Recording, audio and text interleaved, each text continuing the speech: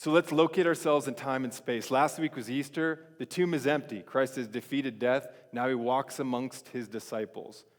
And that changes things. It changes things for them both after the resurrection, and it also changes how they understand the teaching he's given them before the resurrection. A lot of aha moments. Oh, that's what he meant. So some of his teaching is now stamped with a different kind of freedom and release. And so that's what we're considering this sermon series called Released. What does the fact that God is the Lord of both life and death and the afterlife, what does that free us into? What does it release us to? It releases us from a fear of scarcity.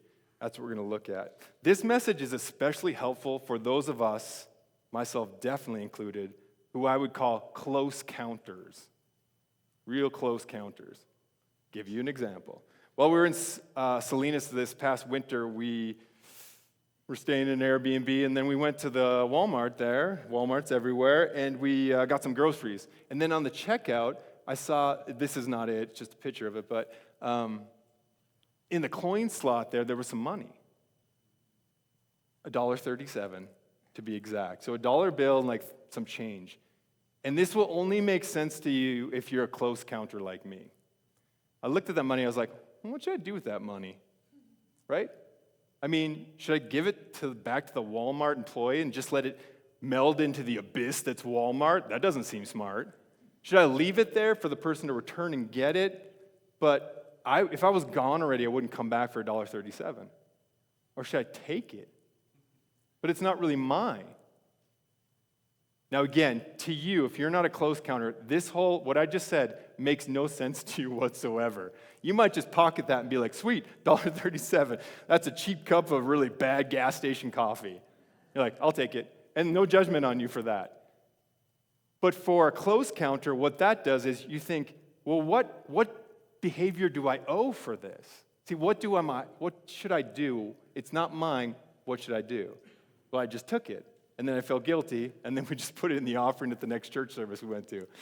But even if you're not a close counter, there is some dollar amount that will make you think, what ought I do? Like, what behavior do I owe considering this resource that I have all of a sudden come across? It might be $5, $10, $20, $50, a big fat Hondo. At some point, you're going to think, what ought I do?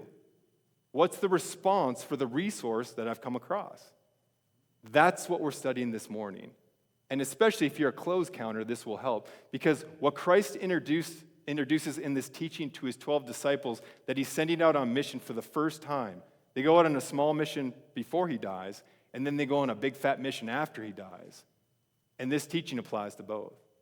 But it introduces a kind of strange math that we're about to study. And that will challenge, especially if you're a close counter, how you account for things. Matthew chapter 10, I'll give you a second to get there. I hear no pages rustling, so let's go. Verse 1, Jesus called to him his 12 disciples and gave them authority over unclean spirits to cast them out and to heal every disease and affliction. Verse 5, these 12 Jesus sent out instructing them, go nowhere among the Gentiles and enter no Samaritan towns, but go rather to the lost sheep of the house of Israel. And proclaim as you go, saying, the kingdom of heaven is at hand. Heal the sick, raise the dead, cleanse the lepers, cast out the demons. You received without pain, now give without pay. So just to put this into historical context for us, this tour that they're about to take, all 12, the original 12, some serious labor. Because in the first century, you're walking everywhere. There's no Ubers. You're walking, and you're sleeping on the side of the road. It's your regular meals. It's public teaching and all the angst that goes along with that. Because you're an outsider coming into a community that you don't know. What if they don't like you? What if they don't like your message? What if they harm you? Because remember, Jesus is giving a teaching in his own hometown, and they almost try to push him off the cliff and kill him. And he's a way better preacher than you are. So what might happen to you? This, just to let you know, is some serious labor they're doing. And then add into the mix the fact that they've been given some special abilities to do things for people that they may want to pay top dollar for. If you're able to, you have the ability to take the paralyzed legs of a little boy and return them to dancing, chances are his parents are willing to pay you a few gold coins for doing them that solid. But Jesus, although they could earn some fat money, Jesus directs them otherwise into a different direction. That's the power line right there when he says, you have received without paying, now give without pay. Literally, the words in Greek are, you receive freely, give freely, is the concept. And to take that teaching, not much of that teaching actually travels well from that context into our time. Most of it doesn't work. Because you're not the original 12 disciples, neither am I. You're not called to go into northern Palestine and exorcise demons and to restore dead people back to life. That's not going to wear well into our time. But here's what does wear well from that. This challenge, especially to close counters, to do some kind of different kind of math. Because most of us operate in a transactional math. Me too. It's this. If I give you something, I expect something pretty much the same in return. That's a 1-to-1 ratio. But the gospel blows that stuff up. See, God would have us work in a kind of looser accounting, which is a grace-based math. You received from God grace you never worked for initially. It's true. Like nothing Jesus did on the cross did you ever work for. It's a big, fat, juicy gift. And so, because you received without deserving it, you should give of your free labor to those who don't yet deserve it. That's the concept here. You were blessed robustly, now be a blessing to others, and that includes some free labor. So, you receive without paying, give without pay is the concept here. And that does travel well to us. It actually challenges us to think differently, especially a being counter like myself.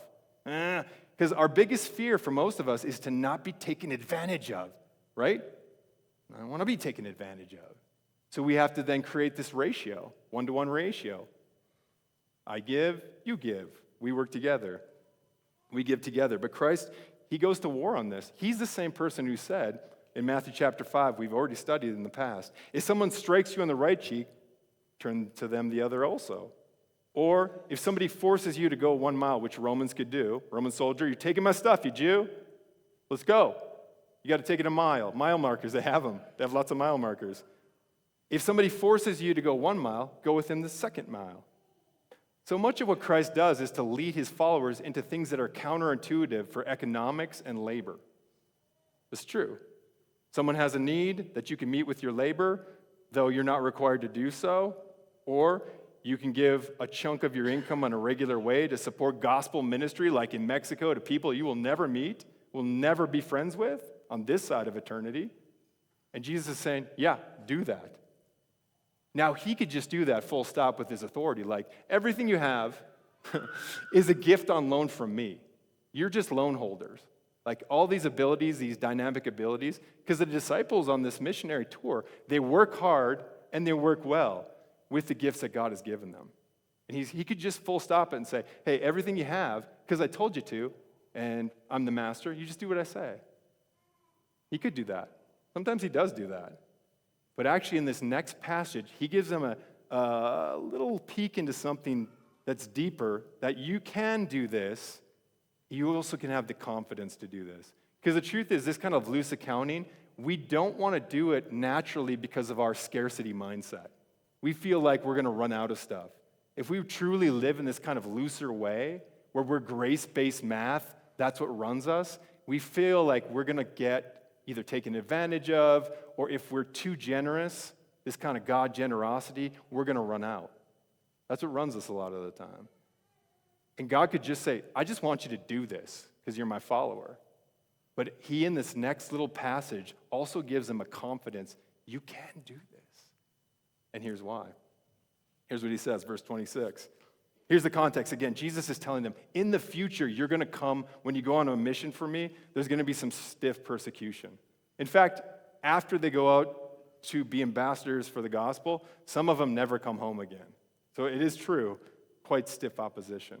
But now he gives them the confidence, this is why you can do it.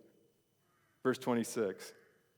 So have no fear of them. That's the enemies of the gospel, those who will shake their fists or their clubs or their swords at the followers of Christ. For nothing is covered that will not be revealed, or hidden that will not be known. What I tell you in the dark, say in the light, and what you hear whispered, proclaim on the housetops. And do not fear those who can kill the body, but cannot kill the soul. Rather, fear him who can destroy both body and soul in hell. Ooh, hell. You don't get a lot of preaching on hell. True? True story? Look on your cable TV religious channels. How much hell do you get there? 0. That doth not pay the bills. True. Christ brings it forward. Here's what he's doing. He's shock-proofing his troops that he's about to send out with this concept of not a question of courage or fear, but a question of rightly ordering what they fear and respect. That's what he's doing right here. He's helping them rightly order what they fear and respect because you respect what you fear. Even if you don't like it, you respect what you fear.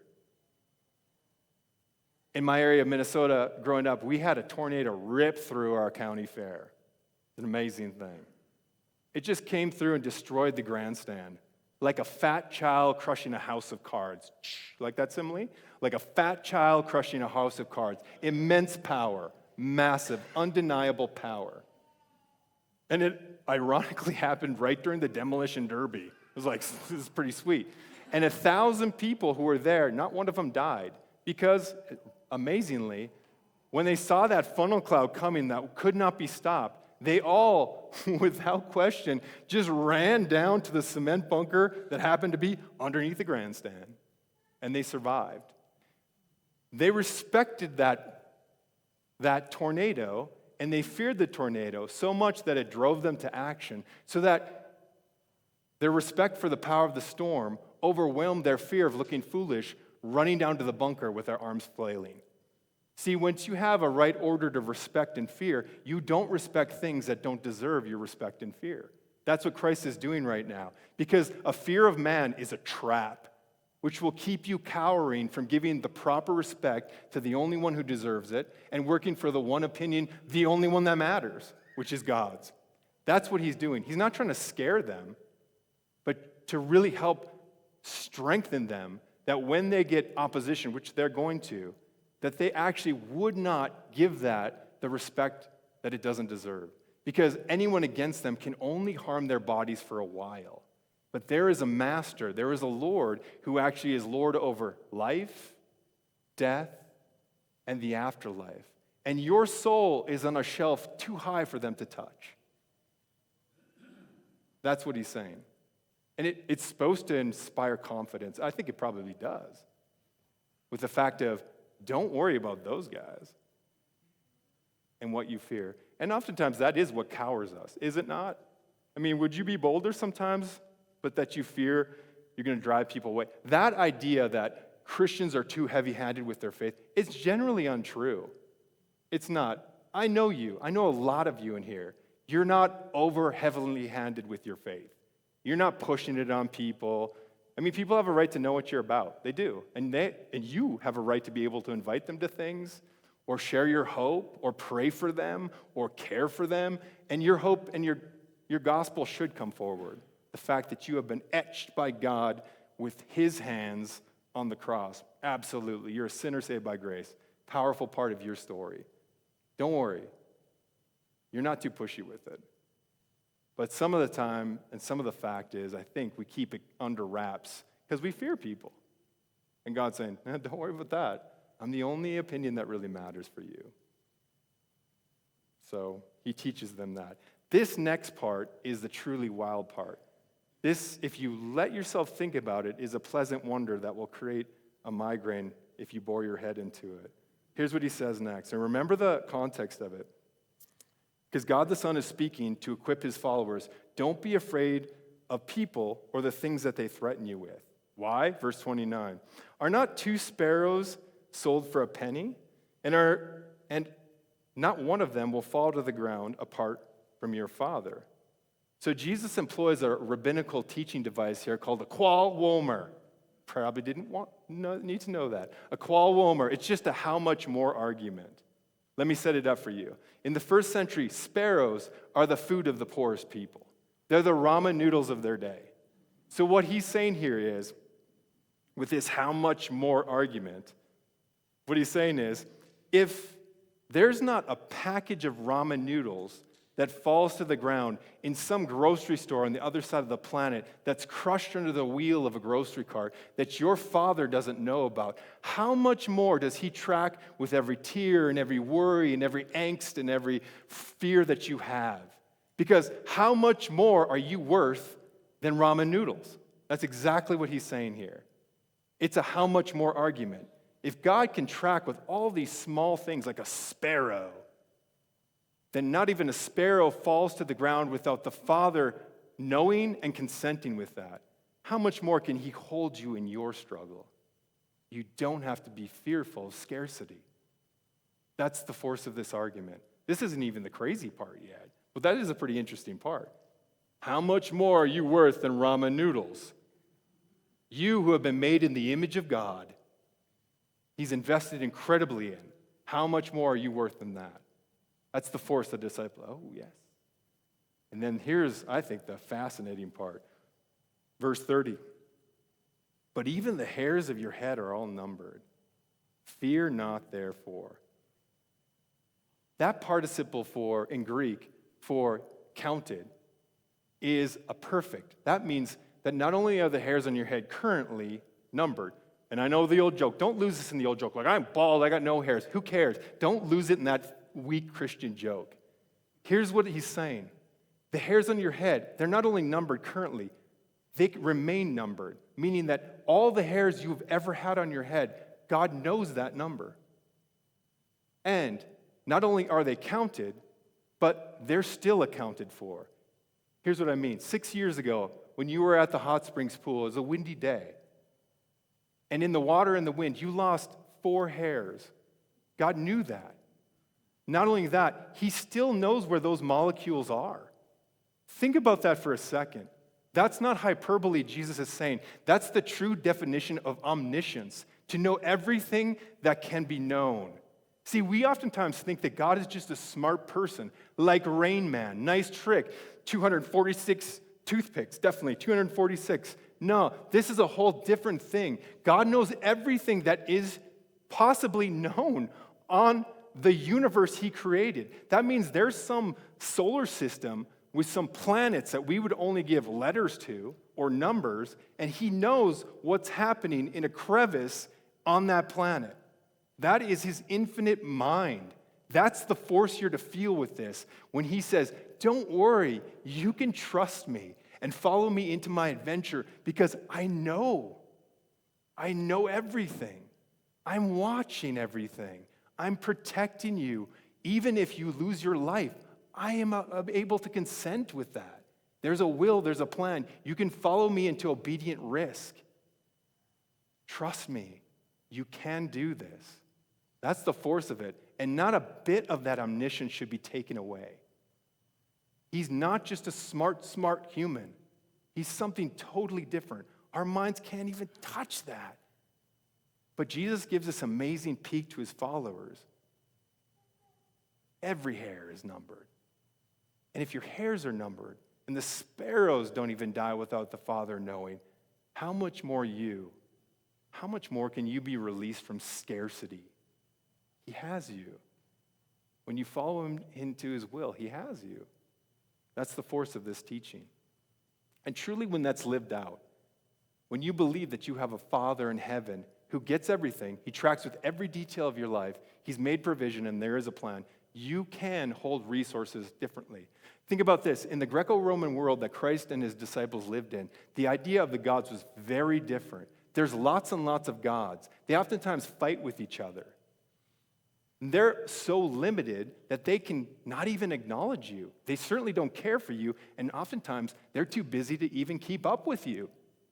And when they fight, you can use one god to leverage it against another god. So the fates, the 3 sister goddesses that determine the length of your life, you can sometimes overcome that fate by imploring Neptune for your sea voyage and give him some chickens, sacrifices, or erect a statue in his honor. And that can overwhelm what the fates would do to you. It's this chaos of gods that don't care for you and can't see things. And then Jesus introduces this omniscient God.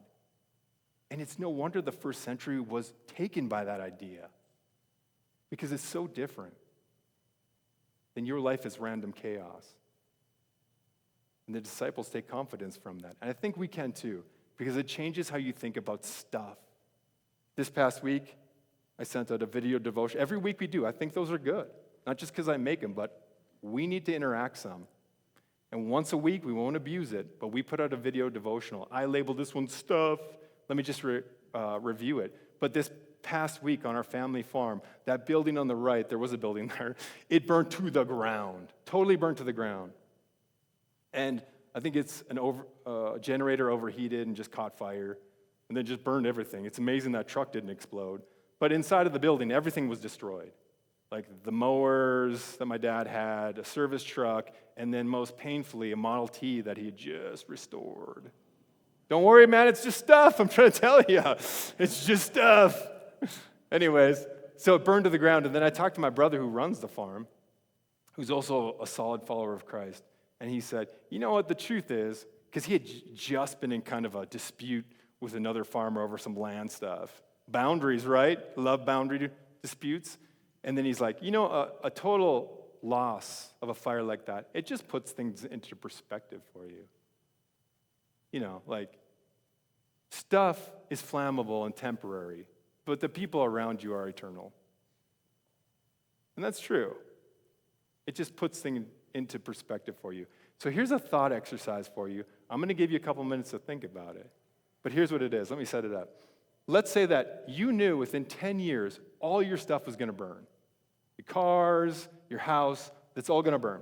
And there's nothing you can do to stop it. You can't move, same outcome no matter where you move.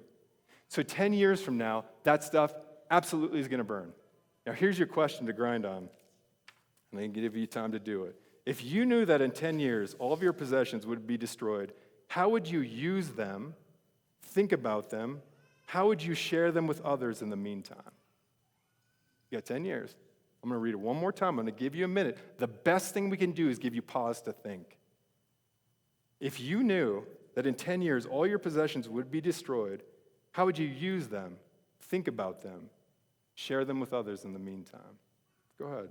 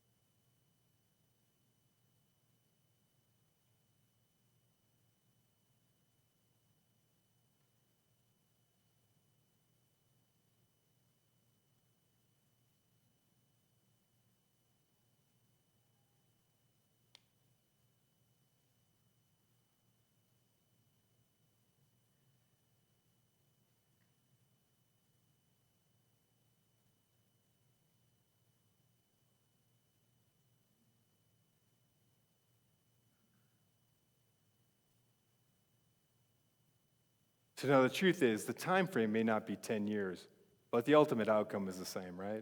We get that. We've been given, on lease, resources. They're good for a while. They're not eternal.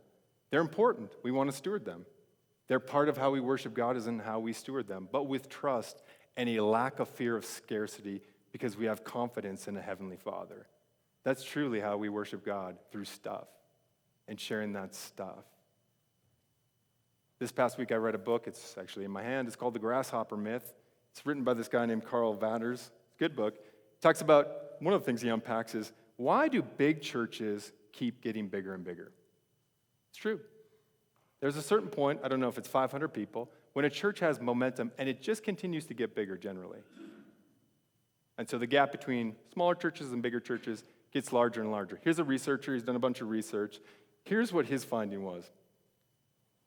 Not everything, but one aspect of why that happens is that when a church gets to a certain size, it becomes large enough that you can get lost in it. You can hide there, is the concept. That's his concept. I'll read you a little quote he said. It's no surprise that some people go to big churches, not just because of the excellence of the programs, which is true, but because they can be anonymous. They can attend without committing, receive without giving, and slip in and out without getting to know anyone or being known by anyone. Now, that might be a little cynical. Now, the statistics do bear that out, that in a smaller church like ours, people volunteer 40% more. They oftentimes give much more. And partly because it's small enough that you feel needed and responsible. You can't hide in a church that's smaller, generally is the thought.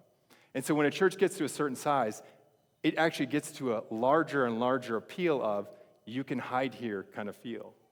Now again, that might be cynical, so we don't have to take that all at face value. There might be some truth to that, but whether or not that's fully tight on, that's probably true for some. Now some big churches, I've been in a church, I worked in a church of 1,200, I've worked in a church of 30, the whole range. Some big churches do a good job of trying to push against that to say, you're not just here as a consumer of religious content, but we are a people in community doing faith together, growing together. That's how discipleship works. A small church like ours, we don't have to work very hard at that. That's just kind of obvious. It's like, beep, look at it. And that's okay, that's a good thing. Because really, giving of your time or your treasure is a question of discipleship. To grow in Christ, you need that to be in part of the game. And a church family helps you do that together. Like we've just shown a bunch of slides of people volunteering. And if you're a person wanting to kind of hide in a church, this church must seem like the worst thing on the planet. Like we talk about volunteering all the time. We actually have a volunteer coordinator for a church our size. That's pretty amazing. We think that volunteering is part of discipleship. It's just how it works.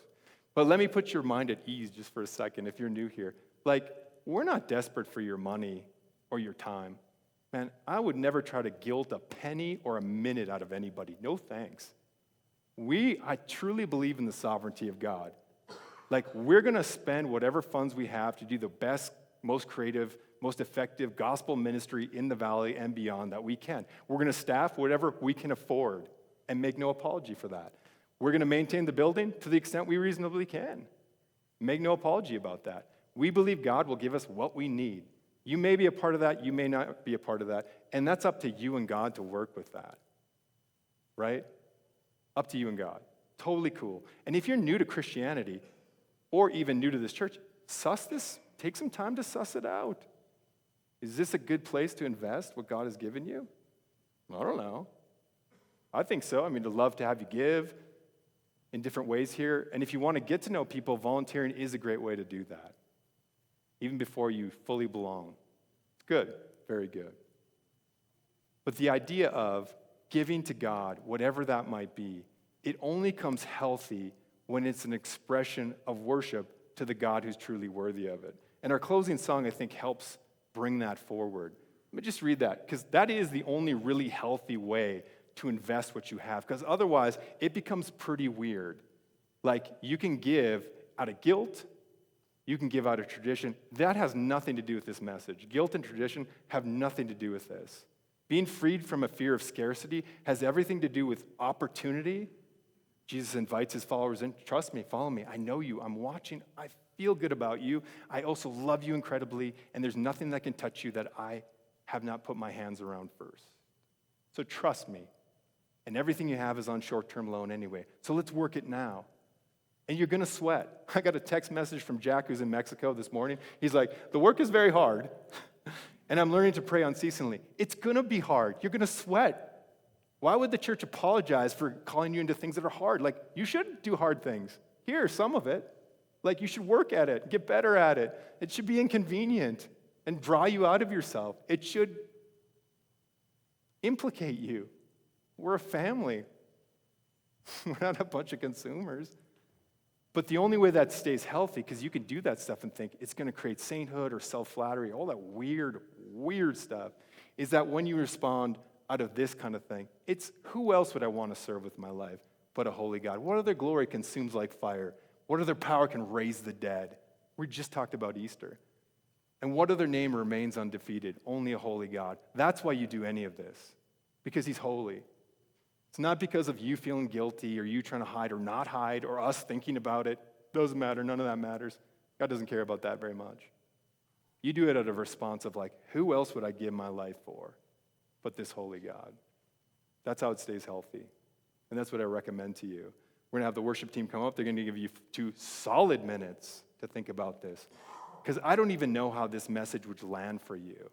You might be a close counter like me, who has a real tight-fisted kind of tendency sometimes. And God's like, I want you to open up your hand. I want you to be accounting with a loose math that's based on grace, rather than a one-to-one transactional kind of math. But I don't even know what that means for you exactly. But God can do that. He can work that with his nudges of confidence and acceptance and identity that he has bought you with. And you have a heavenly Father. So let's do some business with God. Let's see what he says. Let's see how he nudges and encourages you and challenges you and strengthens you. So let's have the worship team come up. Let's give them again 2 full minutes. Let's see what God tells you.